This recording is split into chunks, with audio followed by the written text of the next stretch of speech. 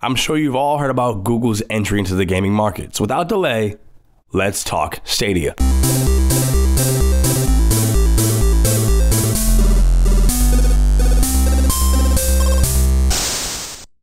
Well, ladies and gentlemen, here we are. Google has just unveiled Stadia to the world, and by the sounds of it, are looking to fully bridge the gap between a seamless streaming experience as well as an instantaneous ability to share moments from our games like never before. Streaming has been around for a while, and while this idea isn't entirely new, with the ability in some ways being already on PS4 with PS Now and with Xbox xCloud right around the corner, but Stadia looks to take our idea of what streaming game content is to places it's never been before. I want to start off this video by saying there's a lot of things I liked about this announcement, but at the same time, there were a lot of things that were glossed over or just avoided altogether that I didn't like.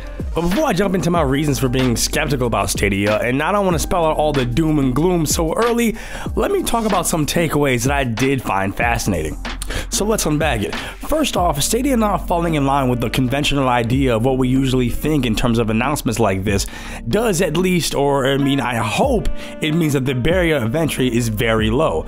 Price points weren't at all touched on this announcement, but being that this is a glorified streaming service, I have very much imagined this to be the case, so that is a high point.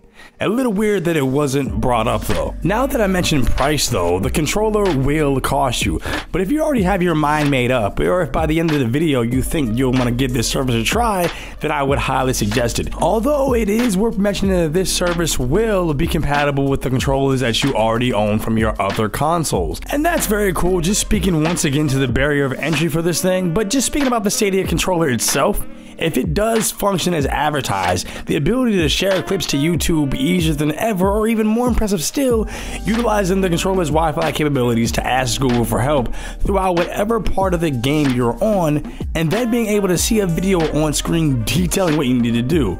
It's pretty much like a "you're all idiots" button. Cool feature nonetheless though. The controller being connected to Wi-Fi also serves to reduce the amount of latency during sessions as well, and that is very nice.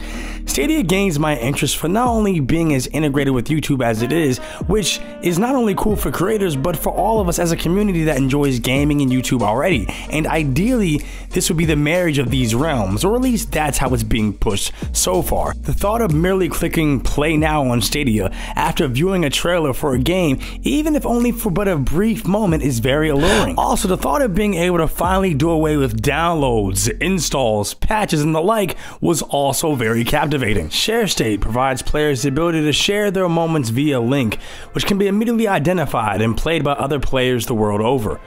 Crowdplay also looks to take streaming to another level and allows for a closer connection between creators like ourselves and viewers like you, and I also like that a lot. Stadia's ability to pick up and play from otherwise everyday devices is convenient as well. I was literally playing Switch while I watched this announcement, so I definitely appreciate that functionality wholeheartedly. No complaints at all there. Though not as prevalent today as it was in the past, couch multiplayer is still very much a reality for some modern games. With Stream Connect, players will be able to run multiple instances of the game they play together.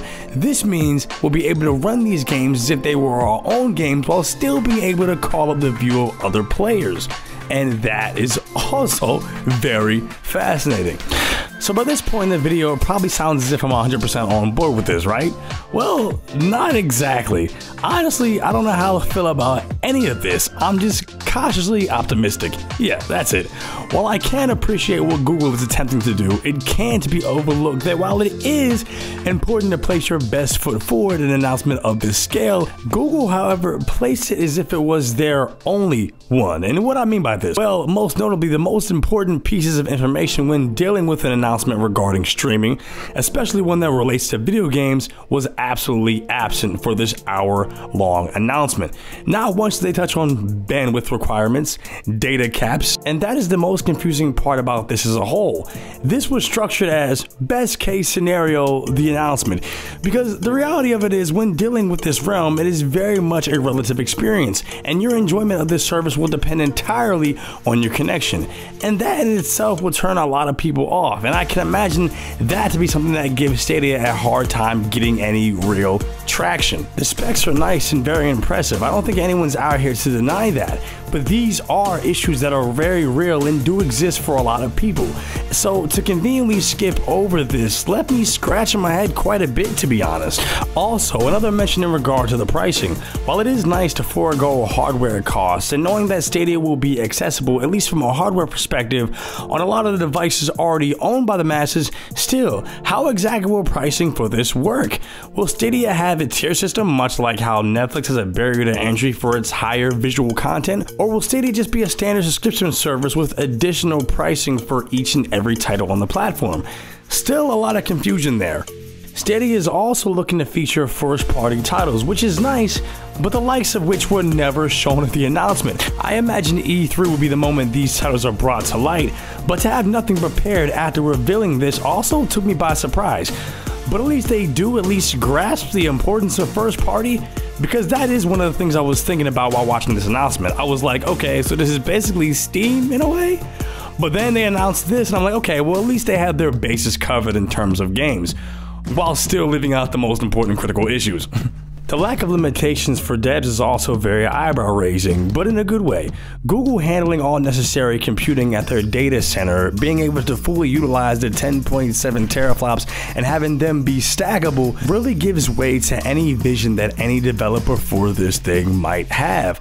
And that's all well and good, but the backbone is still very shaky. The most critical pieces of information are missing, and that's the thing that really makes me nervous and uneasy to really dig my foot in or even really want to give this a try, because at the end of the day, Stadia looks very ambitious, but it is important to remember that what we've seen on that stage isn't indicative of the experience you or I will have on this platform, and I think that's the main thing missing from this whole reveal for me. There was no "if this is the case" or "in case of this" in terms of data or connection speeds and pricing as well, and until that is expounded upon, I think we should all give this a while before we decide strongly either way. But a lot of good points and a lot of holes at the same time. But those are my thoughts on it, guys. Comment challenge, what do you guys think about Google's entrance into the gaming space?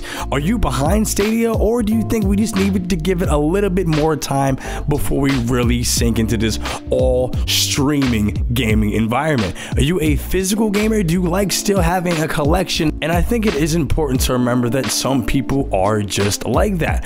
A lot of us, myself included. That's the reason why I've stayed away from PC gaming for as long as I have, and why I still don't indulge in it, because I know that there are many of us who enjoy just being able to put a disc in, or in terms of Switch, putting in the cartridge and knowing that your game experience will not change at all between console to console. Because when it comes to streaming games, there are a lot of variables that just need to be touched on that you don't have to worry about when it comes to just plain old disc, cartridge, or even downloading. While waiting around does suck, I'll admit. Installations, downloads, they do stink, but when it's finally done, you don't have to worry about it after that. And unless you have the ideal speed for this type of performance from this platform, I mean, what would you rather? Wait 45 minutes for a download? Of course, put an asterisk beside that. I don't know what your connection speed is like, but wait for the download, that after that download's complete, you get a smooth experience, or do you want a subscription to a service that you might not be ready for in terms of your connection speed in regards to streaming? I don't know, but what do you guys think about Stadia? Let me know that in the comments below.